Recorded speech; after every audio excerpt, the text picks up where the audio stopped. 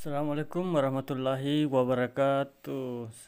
Selamat sore, salam sejahtera dan sehat untuk kita semua. Semoga pada hari ini kita semua tetap semangat, sehingga apa yang kita usahakan pada hari ini dan kedepannya menjadi berkah dan tentunya bernilai ekonomis untuk menafkahi keluarga kita yang kita cintai. Pada kesempatan hari ini saya akan men-share bagaimana di peternakan yang sederhana kami ini kepada teman-teman tentang bagaimana kami beternak dalam sistem penggemukan sapi Bali ini. Ini rencananya pada bulan Juni nanti kita jual untuk dikurbankan. Ya, jadi sapi yang ada di depan teman-teman ini adalah jenis sapi Bali yang umur hampir 2 tahun. Jadi nanti pada saat bulan 7 atau hari Idul Adha atau hari Idul Kurban sudah genap usianya menjadi 2 tahun dan itu memenuhi syarat kurban bagi hewan ternak. Dan alhamdulillah ternaknya ini cukup sehat dan nafsu makannya bisa kalian saksikan cukup bagus, warnanya bersih, tanduknya bagus, dan tentunya ini jenis kelaminnya jantan karena untuk dikurban. Ya, kalaupun ada kepercayaan bahwa betina pun bisa dikurban, namun mungkin ada syarat-syarat lain menurut para ahlinya. Ya, jadi sapi yang kami beli dulu ini yang tadi itu modalnya 8.250.000 rupiah, yang warna hitam tadi yang pertama. Kemudian yang ini modalnya 6 juta rupiah. Jadi kami beli ini sekitar kurang lebih 7 bulan yang lalu.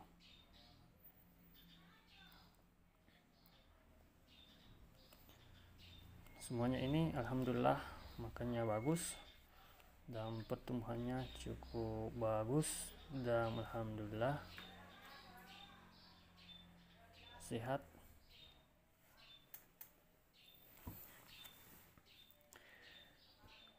Ya. Kemudian yang ini kita beli sekitar 7 bulan yang lalu juga dengan harga 4.750.000 rupiah. Ya, jadi total modal yang kita punya ini untuk pengadaan ternaknya itu sekitar 19 juta lebih. Ya, lumayan mahal bagi petani sekelas kami ini. Ya, namun untuk kandang cukup sederhana, tidak menghabiskan modal sampai jutaan rupiah karena kami pakai kayu dan bambu saja. Kemudian atapnya dari semen bekas dan lantainya dari kayu. Ya, perlu juga diperhatikan untuk beternak, syarat untuk beternak supaya hasilnya nanti memuaskan. Menurut saya itu yang pertama itu dari kualitas ternaknya itu sendiri. Kemudian yang kedua dari segi pakan harus tercukupi. Kemudian selanjutnya air minum tentunya juga tercukupi, dan pemberian obat cacing atau vitamin. Kemudian tak lupa pula kandangnya harus safety, maksudnya aman dari si ternak itu sendiri. Atapnya harus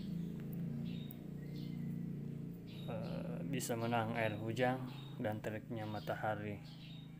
Jadi atap di kandang sapi kalau daerah dingin seperti ini tidak bisa terlalu tinggi, karena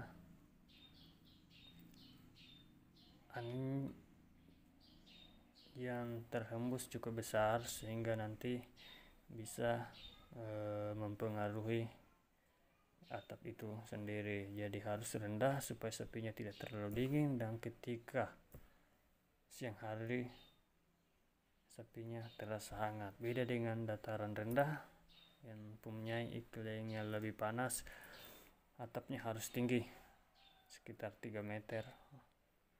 Kalau di sini kita atapnya cukup 2 meter saja supaya sapinya hangat ketika siang hari. Dan tentunya atapnya juga terbuat dari bahan yang keras dan tahan. Ya. Dan kami pakai ini adalah kayu yang tentunya kuat, sehingga sapi merasa nyaman, tidak becek, dan enak ketika beristirahat, dan kebersihannya harus dijaga. Kemudian tempat makannya harus sesuai dengan tinggi badan sapi sehingga makanan mudah dijangkau dan sapi merasa tidak tersiksa ketika makan, supaya sapi merasa tenang juga ketika menikmati santap sorenya seperti teman-teman yang saksikan pada sore hari ini.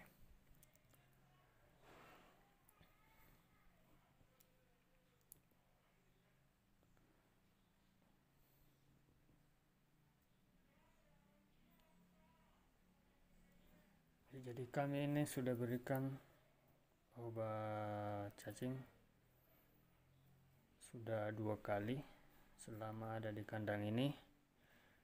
Sebagai awalnya memang untuk pengobatan, kemudian pemberian obat kedua untuk upaya pencegahan supaya ternaknya terhindar yang namanya cacing. Karena memang ketika sapi tidak sehat atau cacingan, biar seberapa pun yang dia makan, sebanyak apapun yang dia makan, sebanyak apapun vitamin yang kita berikan, maka akan pertumbuhannya dan kondisi kesehatannya akan terganggu. Jadi perlu memang ada obat atau anti cacing maupun vitamin supaya sapinya sehat.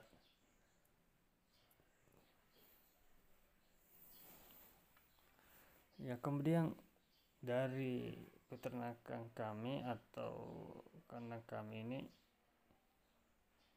kami ikat cukup dengan lehernya saja.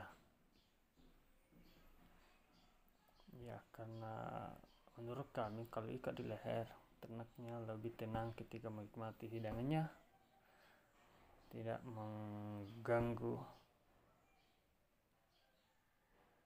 atau tidak merasa terganggu ketika kita ikat di kepala maupun hidungnya. Jadi ukuran kandang kami ini dengan kapasitas 3 ekor cukup kecil. Itu ukurannya 4 meter,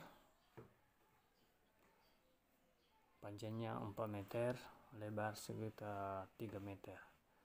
Jadi ukuran kandang persekatnya itu sekitar 1,60 lebih sentimeter per sekat. Kemudian panjang ke belakang 180 cm. Jadi cukup sederhana sekali.